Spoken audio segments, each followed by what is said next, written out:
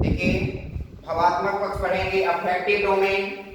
Affective domain में इस पक्ष का संबंध प्रमुख रूप से अभिप्रीतियों, रुचियों, मूल्यों, प्रशंसा तथा अनुशंसा से। भावात्मक पक्ष के उद्देश्यों को परिभाषित करना और उनका मूल्यांकन करना एक कठिन कार्य है।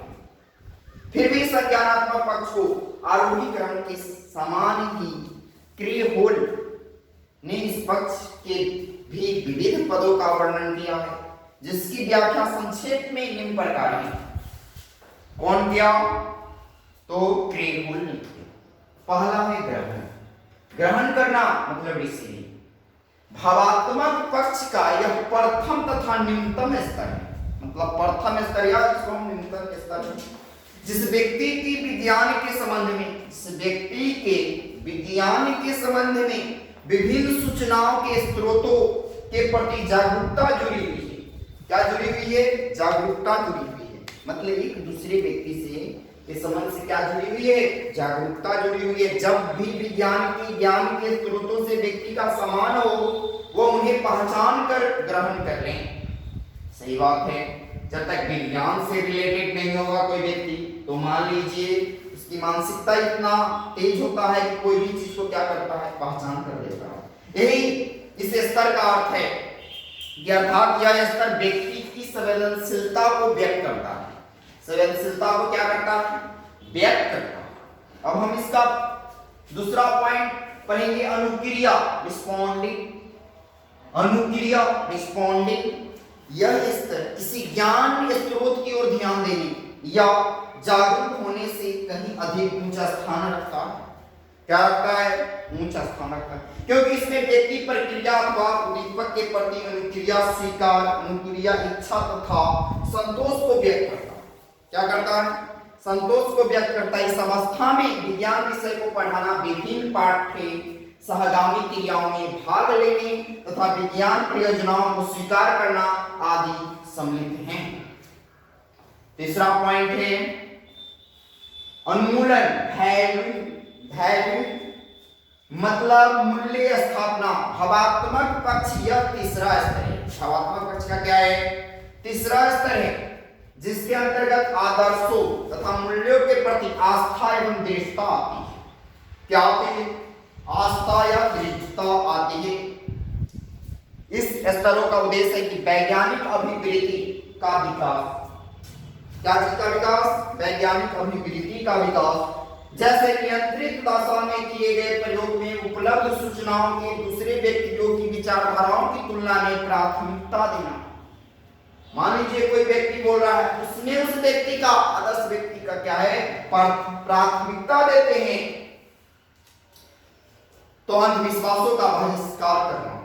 जैसे अंधविश्वास है, उसमें व्यक्ति वो लगे हैं, उसको बहिष्कार करता है, प्रमाणिक साक्ष्य प्राप्त होने तक निर्णय स्थापित करता है। मान लीजिए जो हमको प्रमाण मिल रहा है, उस प्रमाण को स्थापित करने के लिए तो ही ये मूल्य स्थापना। अगला पॉइंट विचारना। अगला पॉइंट विचारना, कंस्टिट्यूशन। इसमें आपका व्यवस्था और संगठन भी, मूल्य स्थापना भी, ये सब भी देखना है। अब तीसरा पॉइंट है संगठन या व्यवस्था, इसी को बोलेंगे। इस स्तर पर मूल्यों का व्यवस्थीकरण होता है। क्या होता है? इस स्तर पर मूल्य का व्यवस्थीकरण होता है। इसमें संज्ञानात्मक व्यवहार, कौन सा व्यवहार? संज्ञानात्मक व्यवहार, अर्थात सूझबूझ के द्वारा विश्लेषण तथा संश्लेषण की क्रिया संपन्न होती है। जब तक सही से न समझिएगा, नहीं उसको परखिएगा, तो उसका संश्लेषण विश्लेषण क्या होगा? संपन्न नहीं होगा। औपचारिक शिक्षा के प्रारंभिक काल में, औपचारिक शिक्षा के प्रारंभिक काल में मतलब शुरुआती समय, औपचारिक और अनौपचारिक। मान लीजिए अनौपचारिक हो गया, कुछ बच्चे पूछेंगे औपचारिक और अनौपचारिक, औपचारिक,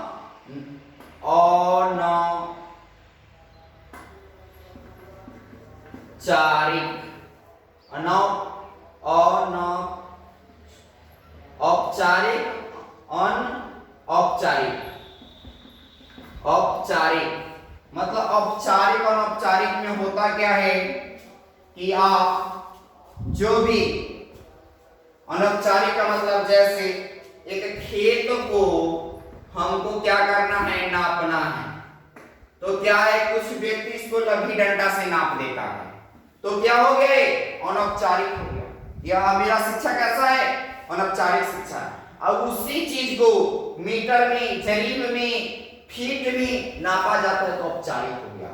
तो ये ऐसे समझिए जो हमारा कोई उसका अति नहीं है, अपने आप में उसको क्या है कि मन से जो चीज किया जाता है उसको अनौपचारिक। जैसे हम क्या है कि रास्ते पे चल रहे हैं और हमको क्या है कि मान लीजिए किसी बोर्ड को पढ़ ली तो उसको क्या हमको अनौपचारिक शिक्षा मतलब मिल गया। और क्या है औपचारिक, जो मास्टर पढ़ाता है वो अपने से बताता है, औपचारिक है। तो इसी तरह अनौपचारिक औपचारिक का अंतर है।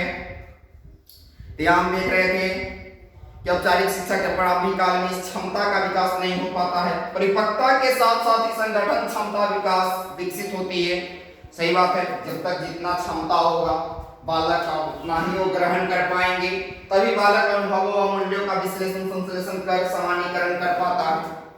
सही बात है, उसको ये पता जब रहेगा उसके क्षमता अनुसार ही न क्रिया होगा जी, तो उसका क्या है कि तभी वो संश्लेषण और विश्लेषण की क्रिया कर सकता है।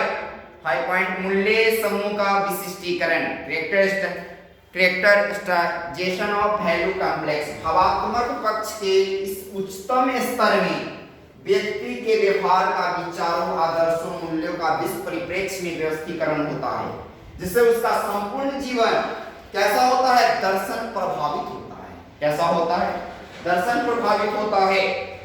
तो ये चीज हम क्या है, हमारा यहाँ भावात्मक पक्ष खत्म हो गया। अगले वीडियो में हम पढ़ेंगे मनोज्ञात्मक पक्ष।